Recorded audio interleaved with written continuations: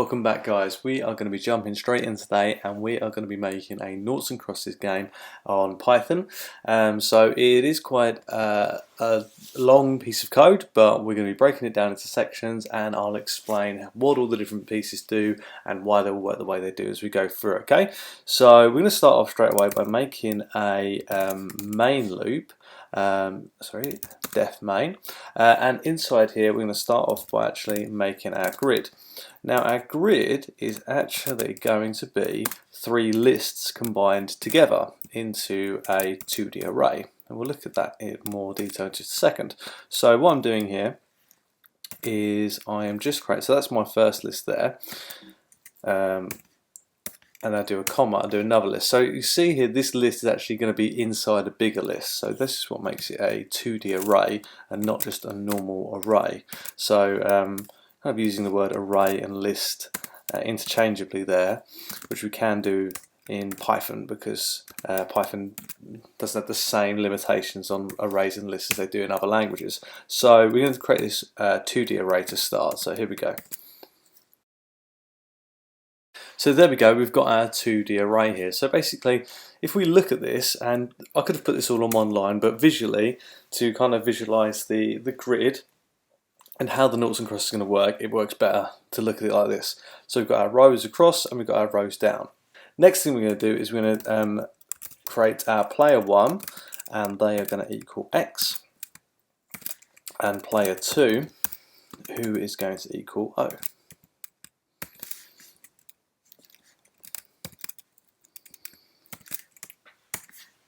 Okay, so that's a capital letter O there, because we'll need that in a bit.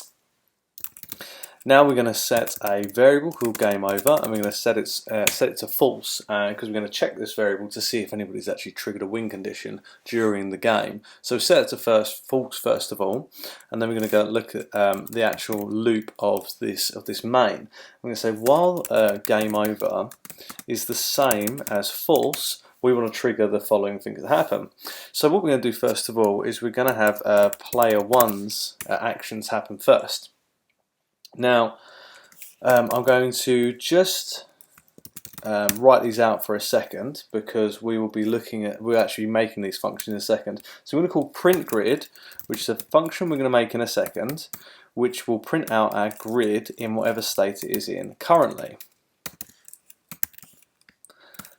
And it takes 3 arguments, which are the 3 different lists of grids. So grid is actually 3 separate lists which we've combined. So we've got grid 0 is this, grid 1 is this, and then grid 2 is this. And we'll talk about these getting printed out in more detail once I show you the print grid function in a second. And then what happens is we actually take a turn. So again, this is another function that we're going to create in a second. So it's going to be a turn, and it's going to be player 1's turn, and we're going to take the grid in as an argument as well. And whatever happens to the grid gets returned to the grid variable. So when we update it in this function, we chuck it back out here so we can see where the current positions are. And then we want to check if game over changes basically, and we can check game over by looking at our function called win check. So again, we are going to create win check in just a second. So player 1, grid, and game over, and we'll talk about these arguments in a second. So it takes player 1 because we're on the player 1 section here. It takes the grid back in because we're going to check that, and it takes whether or not we've currently hit a it takes the game over whether or not we've hit it, so that we can change that variable and chuck it back out here. And then we do more or less exactly the same for the second player. So if the game over at this point is still false, that means player 1 didn't win, and we need to do exactly the same for player 2. So I'm going to take all of this and I'm going to copy it and I'm going to paste it underneath it here. Now it's important here for player 2, obviously the argument we want for the grid equals turn here, we want that to be player 2, and the game over, the win check player 1, we want that to be player 2 as well, because we're going to check on player 2. Now if we ever break out of this loop, it means that we've actually triggered the game over state, so game over is actually turned to true. So in that case, what we want to do is we want to print out the grid. So we're going to print out the grid in its final form to see who won basically. or who drew. So I'm just going to press enter here and press backspace twice to get to where I need to be. So it needs to be in line with the while loop there. So again, we're using this print grid function. I'm going to show you how to make that in just a second. And then we're just going to give the user the choice to play again. So we're going to print play again, and then we're going to do like a choice equals input. So at this point here, we're just going to do a little check on this, and we're going to say basically while choice is not equal to 1, and choice is not equal to 2 as well. That means our user hasn't hit 1 or 2 at this point, and they need to have another go. So we're going to say print only press 1 or 2, and then we just give them these options again here.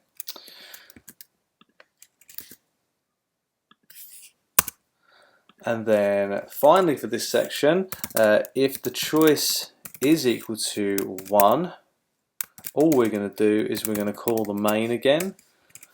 But if it's not equal to 1 and it's passed our while loop check, will mean it's equal to 2, we are just going to exit the code like that. Okay, so that's our first section done. That's the main loop done. So now what we're going to do is we're going to go through a couple of the more specifics and have a look at that print function.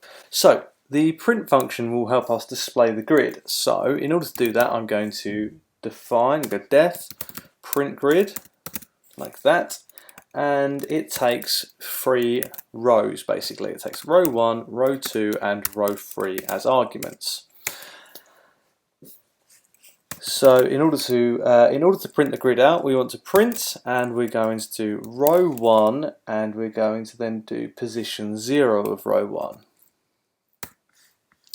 Then we are going to do a straight line, one of these.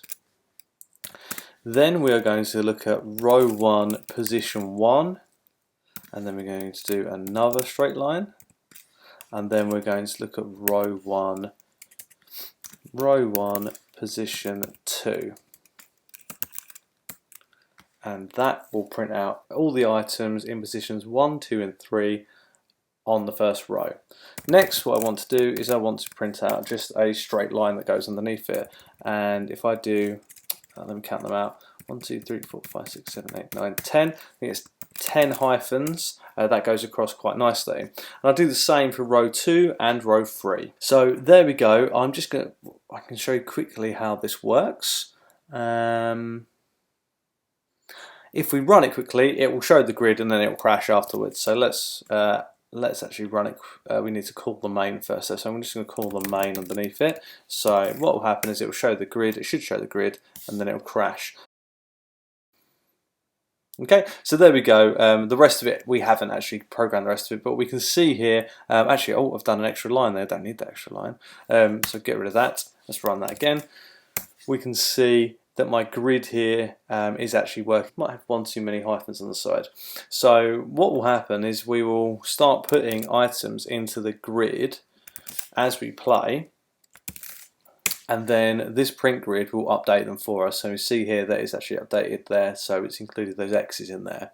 So we should be able to have to see now how these 3 lists actually correlate to these this kind of grid structure that Noughts and Crosses uses. So we now need to program the turn. So I'm going to get rid of my main bit there for a second, and we're going to program how the turn is going to work. So the turn takes 2 arguments, and it takes whatever the player is at the moment, and it takes the grid that we're using. Okay, so we'll pass it in whether we're player 1 or player 2, X or Y. So if we're player 1 here, that gets passed into the turn here, and then we know for this particular turn that was player 1 doing it, and we pass in the same grid each time. So we pass in the current player and we pass in the grid as well. And what we do is we're just going to say print, and we're going to give an indication of whose turn it is. So in this case it would say like X player turn or O player turn or something like that. I'm sure we can make that a little bit nicer looking. And then what we're going to do, we're going to give the user a choice. They've got to pick a row and then they've got to pick a column, because we can't add them just, well, we could have them put both numbers in at once, but it's going to be easier for us to pick like a row, like a cross, and then a column down, and then we'll take those two numbers and then update that coordinate basically in our grid. So row is going to equal input, and we're going to have it choose, we're going to have our player choose a row. So there we go, top, middle or bottom, and then we need a little while loop in here. So if the user doesn't put in 1, 2 or 3, it basically stops them and throws them back until they choose 1, 2 or 3, or else there are going to be errors and things like that. So while these three things are not true, we're going to say only type in 1, 2 or 3.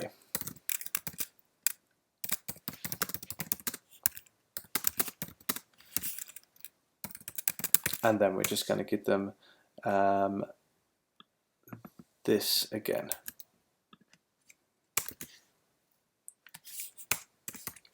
So once we've done that, and once they've passed our validation check here, we're going to do exactly the same here, but we're going to do it for columns now.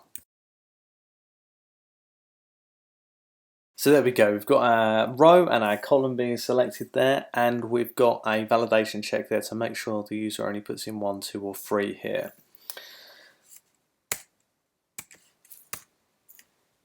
So the next thing we need to do is we need to check if the section they've actually chosen has something in it already. So if basically we need to look at their choice here. So the choice is going to be equal to the grid, and it's going to be looking at the two positions that they've just put in. So I'll put these in here first of all, then we'll explain them. So our positions in our grid are 0, 1 and 2, but that doesn't quite, when we're offering people choices, we usually start from 1, so 1, 2 or 3. I could have given people the choice of 0, 1 or 2, like top, middle, bottom, 0, 1 and 2, but it sounds better to give them the option of 1, 2 or 3, and then we minus it to make it line up with our positions. So our positions are 0, 1 and 2. So if they chose the top position here, the top position, and then the left row, so top and left, that's going to be this position here, which is 0. In fact, if we look at this in more detail here, so this is an example of how the grid is going to work with our different zeros. We'll come back to this in a second. So that top row there, if they choose that top position there, that's actually going to be 0, 0. So that, although they have selected 1 and 1 as the two numbers that they want, so top and left's position is 0 and 0. So in order to actually get our position, we need to minus 1 from each of them. So we're going to say the grid position we want is the row that the user chose, minus 1, and the column that the user chose, minus 1. And I'm only just saying that, so these have got int next to each one of them here, because I'm telling Python that I want these as numbers, because at the moment they're strings, so Python thinks they're letters. So I'm saying to Python, these are numbers, and the numbers are the row minus 1 that the user put in, and the column minus 1 that the user put in. Now whatever is in that position in the grid is copied to choice. So with that we can now check if they've accidentally chosen a square that's already occupied. So one thing that I've just forgot to do is that we obviously need to be able to check if there is something in the position, and if the position that we've chosen has something in, we need to then go back around this loop. So we're just going to set a variable here of choice equals 0, and we're just going to do a while loop of while choice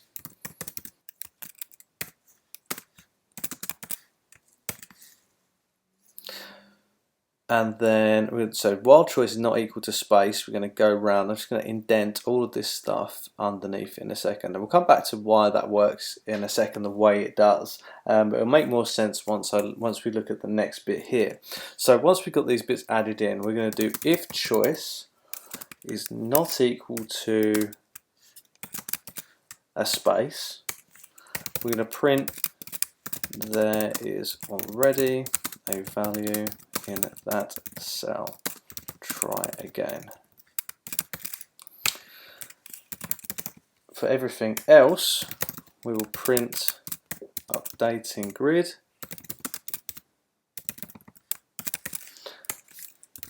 And the grid will now be the choice which we put here. So it's going to be our grid. So the position that was chosen, we are now going to place in our player into it. So whether it's an X or a 0, it'll get placed into this position. So I'm saying this position here, put my player counter token, whatever, X or 0, whatever I am, put that into this position. Now, this bit here, if the choice is not equal to space, there is already a value in that cell. Try again, and that's going to skip this, go back up round here, and then it's going to trigger us to do this whole thing again, because we're still not going to be equal to a blank, so it's going to go round again, yeah. And then for everything else, it's going to update it, and then what's going to happen is it's not going to trigger that while loop again. In fact, it wouldn't trigger the while loop again because we are going to now return the grid anyway.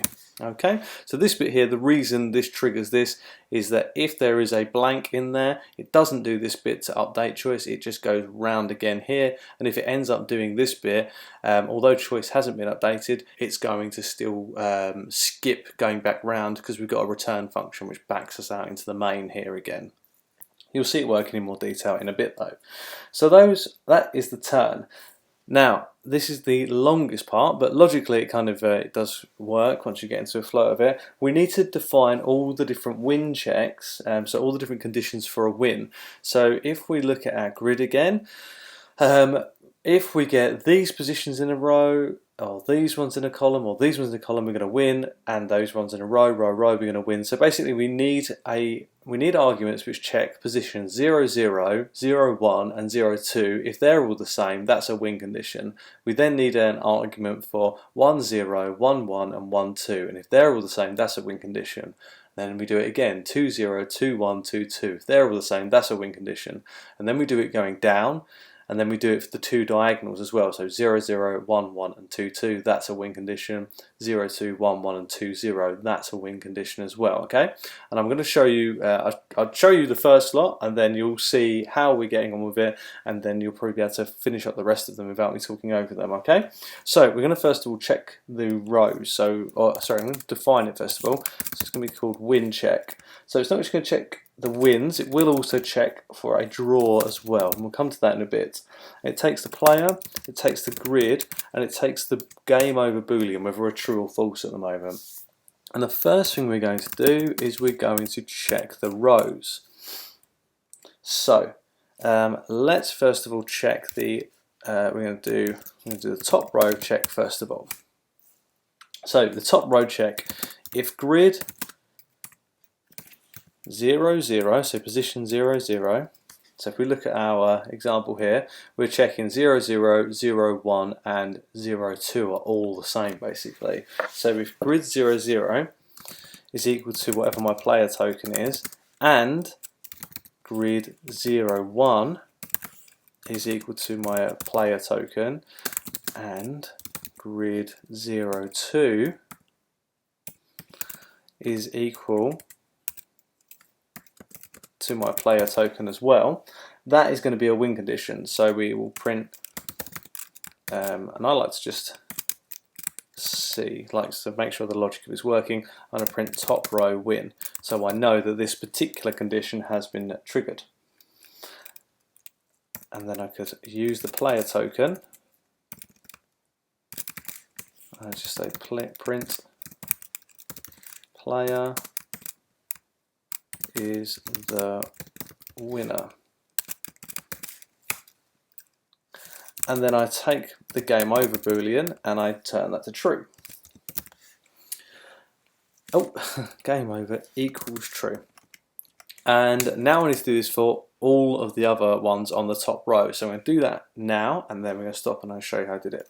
So these three will check all of my rows. So my middle row, if we check it against my grid here, my middle row, I am checking, my middle row, I am checking 1 0, 1 1 and 1 2. So positions 1 0, 1 1 and 1 2. So that's 1 0, 1 1, 1 2. So that's the middle row. And then the bottom row is 2 0, 2 1 and 2 2.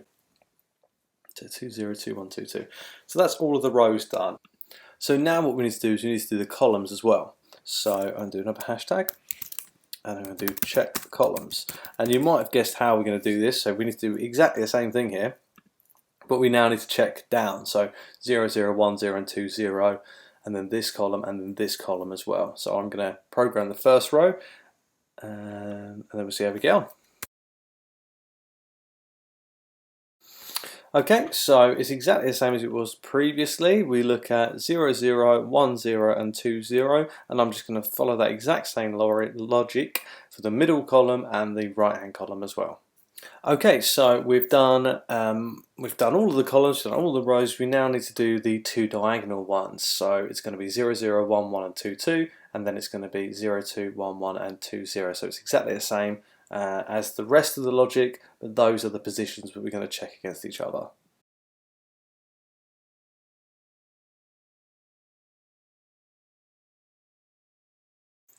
So those are all of our conditions there. There's lots of them. I'm just going to make this full screen as much as I can so that we can see if we can fit them all in. So there we go. We've got the 3 rows being checked at the top here. Then we've got the 3 columns being checked in the middle here, and then we've got the 2 diagonal checks at the bottom. So it's the same sort of thing over and over and over. We just need to make sure we get all of our positions correct. If there's going to be a problem in your code, I imagine it's going to spring up here. So make sure you check those positions. What we're going to do next is we're just going to say else, and we're just going to make sure that the user knows that there's no winner yet. So if we haven't satisfied these win conditions, nobody has won yet. Now, we now need to just check if there's a draw. So basically, if there would be a draw if all of the spaces in the grid have been used up, but none of the win conditions have been met. So all the win conditions trigger game over to be true. So if there are no spaces remaining in the grid and the game over is still false, that means that there's no spaces left and nobody's won. So that has to be a draw. So our space remain here. We're going to have that as set to false. And what we're going to do, we're going to check the grid basically. So we're going to say for exit in range of the grid. So from 0 to the length of our grid. So we're going to basically check every position in the grid. We're going to say if a space is in the grid, or grid X, so that means that spaces still remain. So space remain will equal true. Okay, so basically we're going to look in each position using this for loop. So this for loop trickily kind of looks in each position. It looks in each list and then looks for a space in each list. And then if there is a space in any one of those lists, we know there are spaces remaining, so we're going to toggle that to true. Now if we don't trigger this, what we need to do is what will happen, it will be that spaces remain will be false. So we're going to do another little, so we're not going to worry about an else statement for this one because we're going to check off that else kind of in another way here. So if space remain equals false, and if game over equals false, this will be our draw condition print. It's a draw. Okay, so basically we're going to go round and round this bit here to toggle whether or not there's any spaces. If there aren't any spaces, it's going to check if game over has been tripped. If game over still hasn't been tripped, that means that nobody's won. So that means there's no spaces and nobody's won. So in that case, there's going to be a draw. And we're going to toggle at that point, we'll toggle game over to true. Now the final thing we need to do on this piece of code is return, and we're going to return the game over variable. and that return is in line with my if statement here. My if space remain is what is going to be, that's going to be in line with that. And now that we've done that, let's see if it runs. So I've immediately got an invalid syntax. So I'm missing the word and here, so make sure you don't fall for that one as well. What have I done here? I've got column row. Let's try that again. Okay, so it's run it, but because I haven't actually called the main, it's not doing anything, so I'm going to call the main here. So there we go, it's drawn our grid here. X player's turn, choose a row, so let's do top and let's do left. It doesn't like columns. I think it's because I've called it column. So let's go back up here. And here I've said column, but then here when I've written it, I've called it columns. So make sure that's column and make sure that is column as well. So let's try again. So we're going to go top and we are going to go left. So it's updated my grid for me, and now it's printed that out again. It's checked it, there's no winner yet, and now it's giving player O a turn. So let's see if we can put one in the same position as that X, so top left again. So it's saying there's already a value in that cell, try again. So let's go for the middle. Okay, so it's updated the grid for me, there's no winners yet, and it's showing me my new grid here again. So let's see if we can trigger a win condition for X. So top and then middle. So no winner just yet. Let's do bottom and middle for the zeros. So no win yet. And let's do top and right for the X's. And there we go. So we've got 3 X's in a row. X is a winner, play again, and then we've got to play again or exit. If we hit 1, it should let us have another go. So I hope you've enjoyed that. The code for all of that is on our GitHub and it is linked in the description below. Let me know how you get on with it, and we will see you next time.